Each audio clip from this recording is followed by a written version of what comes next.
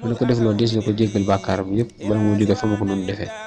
te des na ko bindal tuyaabay junni xat ak junni xomra ak yoru ko saraxa junni dërëm. bi shahri ramadan shahril amani wal muna wal fayadan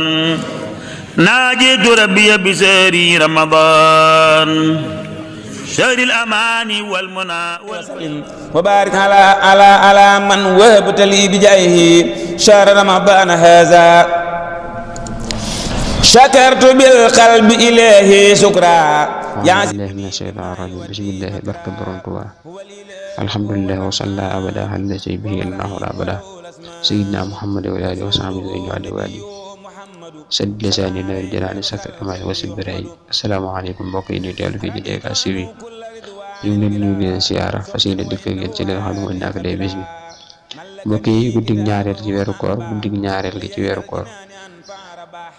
ku ci julli juróom-benn rakkaxa bu dina mu jàng te faatixatul kitaab benn yoon suuratu Kawsar fukki yoon loolu mooy julli gi ñu baam ko juróom-benn rakkaxa bu dina nga jàng ci faatixatul kitaab benn yoon suuratu Kawsar te mooy inna a'taynaakal kawsar ba mu jeex fukki yoon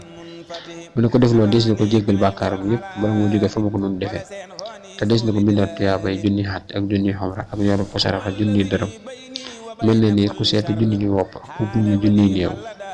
ak ku jàng ab kaamil te des na ko ci bindal te des na ko ci bindal itam tuyaaba ju ëpp jaamu yàlla juróom-ñaar fukki at des na ko ci bindal tuyaaba ju ëpp jaamu yàlla juróom-ñaar fukki at loolu mooy julli gi loolu mooy gëneel kon ñi nga xam ne ñooy topp naafila kaamil bi tey ñu ngi war a tàmbalee la sa bureau ba xulaw na bikum ba ci jeexlu ko ay tel ko waaw fa lañ war a yem incha allah ñu tàgg nañu leen foofu beneen yoon wasalaamaaleykum wa rahmatullahi taala wa barakaatuhu بشهر رمضان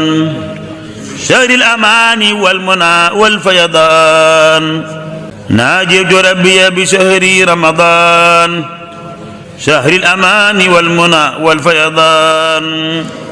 ناجيت ربي بشهر رمضان شهر الأمان والمنى والفيضان